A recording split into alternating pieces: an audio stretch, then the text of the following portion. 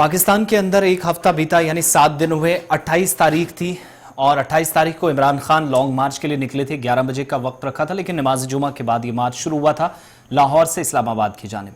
काफिले में 1 लाख से ज्यादा लोग थे। पाकिस्तान के लिए परेशानियां बढ़ रही थी। सियासी बहरान ऐसा गहराता चला जा रहा था कि इमरान खान को अपने लाखों हामियों के साथ, सपोर्टर्स के साथ निकलना पड़ा। लेकिन आखिर वो दिन आ गया जिसका डर था, और ये वो दर्दनाक, तकलीफ देने वाली, किसी भी जमहूरी निज़ाम के अंदर या इस्लामी मुल्क के अंदर इस तरह की तस्वीरें देखना या सुनना, इस तरह की आवाजें जो आ जाए, वो पसंद नहीं करेगा। इमरान खान साबिक वज़ीर आज़म, सवाल तो अभी भी उठेगा कि यहाँ साबिक वज़ीर आज़म या एक सबसे बड़ी जमहूरी पार्टी का 70 से 80 लाख वोट जिसने लिया हो हाल ही के इंतखाबात में या माजी करीब में कामयाबियां मुसलसल हासिल की हो, वो अगर महफूज नहीं तो आम शहरियों का क्या होगा। आज 9 से 15 अफराद जख्मी हुए।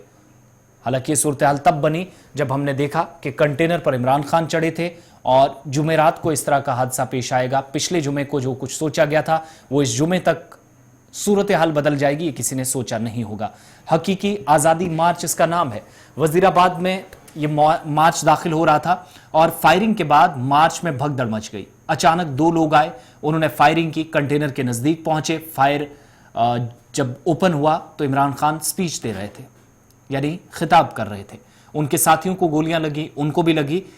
जफर अली खान चौक के करीब जब काफिला पहुंचा, हकीकी मार्च के दौरान फायरिंग शुरू हुई। सिक्योरिटी फोर्सेस के एहलकार इमरान खान के पास पहुंचे और उन्हें हिसार में लिया और बुलेट प्रूफ जैकेट उनके सामने रख दी गई। ताहम चेयरमैन पीटीआई गोली लगने से जख्मी हो गए।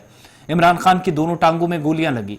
हमले के बाद ऑपरेशन थिएटर में गए, अस्पताल में दाखिल कराया गया। ये सारी सूरत हाल बन गई और अब उसके बाद बचाते हुए नजर आए। एक नौजवान सामने आया जिसने इमरान खान को बचाने में एक तो वसीला बने या बड़ा रोल कह सकते हैं प्ले किया। और ये सारी सूरत हाल तब बनी जब भगदड़ मची थी। कोई एक दूसरे को नहीं बल्कि अपनी अपनी जान बचाने के लिए निकल रहा था। डॉक्टरों ने इमरान खान को खतरे से बाहर करार दिया। उनकी गोलियां जो उनके पाँव में लगी थी, बल्कि टांगों में लगी थी, वो अपनी वालिदा के नाम पर जो 80 या 90 की दहाई में उन्होंने शौकत खानम कैंसर अस्पताल शुरू किया, उसी नाम से जो बड़ा इदारा है शौकत खानम हॉस्पिटल, उसमें उनका इलाज चल रहा है। इस बीच पीटीआई रहनुमा फैसल जावेद भी जख्मी हुए। इसके अलावा अहमद चट्टा और चौधरी मोहम्मद यूसुफ, साबिक गवर्नर सिंध भी उनके साथ थे, वो भी जख्मी हुए। और इमरान खान को निशाना बनने के बाद कुछ वीडियोस भी सामने आई जो बहुत खतरनाक थी। और हमलावरों में एक हलाक कर दिया गया, 2 हमलावर थे। और इसके बाद होता क्या है कि एक मारा गया, दूसरे से पुलिस ने बयान लिया। पहले हमलावर का बाइट जरा चलाइएगा। हमलावर क्या कहता है कि अजान होती थी, ये 1 हफ्ते से ड्रामा चल रहा था, कोई गाने बंद नहीं करता था, इसी तरीके से भागते दौड़ते रहते थे। मुझे गुस्सा चढ़ गया, बाइक साइड लगाई, मैंने फायर कर दिया। पहले हमलावर की बाइट आपको सुनाते हैं, वो कैसे बेबाक तरीके से पुलिस हिरासत में अपनी बात रख रहा था। सबके लिए ढेरों दुआएं, अल्लाह ताला आप सबको अपने ज़ुबान में रखे। इमरान खान साहब के लिए दुआएं, हमलावर अल्लाह का करम है, सब खैरियत से। कुछ साथी मेहरबानी फरमा के फैसल एक तरफ और दूसरी तरफ वो शख्स जो इमरान खान को बचाने आया था। लेकिन अब हमलावर की बात सुनिएगा। हमलावर कैसे कह रहा है कि इमरान खान, जिनको बचाने के लिए बहुत सारे लोग निकले, लेकिन जो वो हंगामा खड़ा कर रहे हैं, उससे मुल्क को कौन बचाएगा। ये सोचा ये मैंने सोचा उधर अजान हो रही है, उधर डेक लगा के शोर कर नहीं, ये तुमने अचानक को सोच के मेरे जमीर में ये चीज अच्छा नहीं माना। अचानक फैसले किए या पहले फैसला किया दिन से, सुबह से, जिस दिन का ये लाहौर से चला है उस दिन से मैंने ये साजिश ये सोची, जिस दिन से लाहौर से चला कि मैंने इसको छोड़ना नहीं। तुम्हारे पीछे कौन है जिसने ये चला? मेरे पीछे कोई नहीं, मैं अल्हम्दुलिल्लाह। तुम्हारे साथ कितने लोग थे? कोई भी नहीं, अकेला। जब तुम घर से आए हो तो कौन था तुम्हारे साथ? अकेला था, बाइक अपनी पे आया हूँ, अपनी बाइक। बाइक कहाँ है तुम्हारी? बाइक मैंने मामू की दुकान पे खड़ी कर दी। मामू की? अब इसके बाद हुकूमत का मौक़िफ़ सामने आया। मरियम औरंगजेब ने भी मजम्मत की, साथ में कहा कि वज़ीर आज़म ने रिपोर्ट तलब कर ली। लेकिन उससे पहले पीटीआई की बाइट आपको सुनाते हैं, क्योंकि इमरान खान ने अपने 2 साथियों को अस्पताल में बुलाया। पूरी कहानी जो है ये है कि उनको पहले से ही थोड़ी बहुत इतलात थी, जो इमरान खान ने इन 2 लीडर्स को बताया जिनकी शक्लें आप देख रहे हैं। कहा गया कि इमरान खान को मौजूदा वज़ीर आज़म शहबाज शरीफ, जो नवाज शरीफ के भाई हैं, वज़ीर दाखिला जो राना सनाउल्लाह हैं, और तीसरा नाम जो कि मेजर जनरल फैसल का बताया गया। ये 3 लोग इस साजिश के पीछे हैं।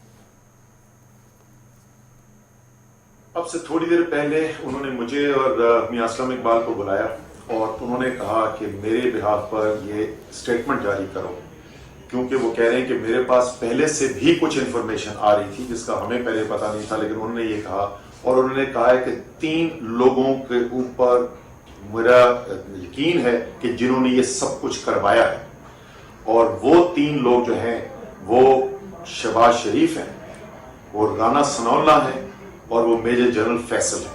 ये उन्होंने कहा कि मेरे पास ये इंफॉर्मेशन पहले आ रही थी जिसकी बुनियाद के ऊपर मैं ये कह रहा हूं कि ये जो कातलाना हमला करवाया गया ये इन लोगों ने करवाया है, और मुतालबा ये है कि इन तीनों को अपने ओहदे से हटाया जाए, और अगर इनको अपने ओहदे से नहीं हटाया गया तो फिर मुल्क गिर एहतजाज होगा, और फिर ऐसा नहीं हो सकता कि पाकिस्तान ऐसे चलता रहे, अमूमी हालात में लोगों को नहीं हटाया जाता। ये खान साहब ने पैगाम दिया है सारी कौम के अब अवाम पीछे नहीं हटेगी, लोग और भी निकल आए हैं क्योंकि पीटीआई ने ऑफिशियली अनाउंस कर दिया है कि आप बाहर आइए, और इमरान खान के हमले के खिलाफ या उन पर जो हमला हुआ उसकी मजम्मत तो की जा रही थी, लेकिन अवाम से पीटीआई ने इसकी मुखालफत में एहतजाज करने के लिए घरों से बाहर आने की अपील की। लाखों लोग सड़कों पर निकल आए, पाकिस्तान में हाहाकार मची है। इस्लामाबाद कब पहुंचेंगे ये किसी को पता नहीं, लेकिन जुमे को इजलास बुलाया गया है लाहौर में पीटीआई का, एक वहां पर इजलास में आगे की हिकमत अमली तय पाएगी। दूसरा, आज ही जो पाकिस्तान के साबिक वजीर रहे, इमरान खान के बहुत करीबी साथी रहे फवाद चौधरी, उन्होंने सामने आकर एक बार फिर अनाउंसमेंट कर दी कि भाई साहब हम तब तक पीछे नहीं हटेंगे जब तक मुल्क के अंदर इंतखाबात का ऐलान न कर दिया जाए, उसके बाद ही लॉन्ग मार्च खत्म होगा। और पीटीआई कारकुनान से कहा गया पुरअमन एहतजाज जारी रखें, बल्कि जो आज उन पर हुआ है वो नहीं होना चाहिए। अब इसके बाद जबरदस्त निशाने पर जो अगर कोई है तो वो आईएसआई चीफ है नवीद अंजुम। वो इस साजिश के पीछे क्यों गए? उन्होंने कहीं दिसंबर 2021 में पाकिस्तान के कुछ सहाफ़ी जो बताते हैं, कुछ यूट्यूब्स पर, कुछ मीडिया चैनल्स पर कहा था कि जब मैं आऊँगा I will teach lesson to Imran Khan, मैं इमरान खान को सबक सिखाऊंगा। और आज जब हमला हुआ तो वो ज़बरदस्त निशाने पर है। मेजर बाजवा भी इसके पीछे हो सकते हैं, क्योंकि मार्शल लॉ पाकिस्तान के अंदर अगर लगता है तो फ़ौज के पास सारी चीज़ें हो जाएंगी, फिर ना एक की चलेगी ना दूसरी की। ऐसे में इलेक्शंस को अभी तक अगस्त 2023 तक इलेक्शंस होने हैं, मुद्दत जुलाई के एंडिंग तक ही खत्म होगी इस नई हुकूमत की जो इस वक्त चल रही है। लेकिन जिसे इंपोर्टेड हुकूमत कहा जा रहा था वो अगर इस हद तक जाएगी तो फिर कौन महफूज, कैसे महफूज, साबिक वज़ीर आज़म का क्या?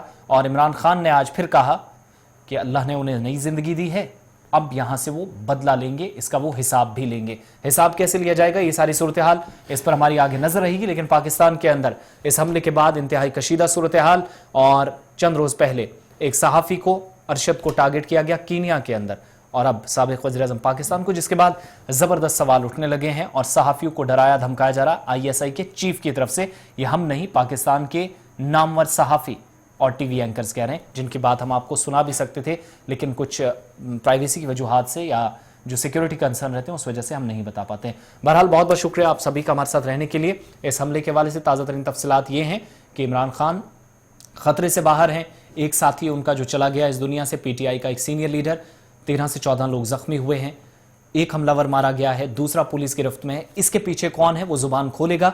फिलहाल ये कह रहा है कि शोर शराबा उसे पसंद नहीं, लेकिन पाकिस्तान को क्या पसंद है क्या नहीं, ये आने वाले दिनों में शायद तय हो जाएगा।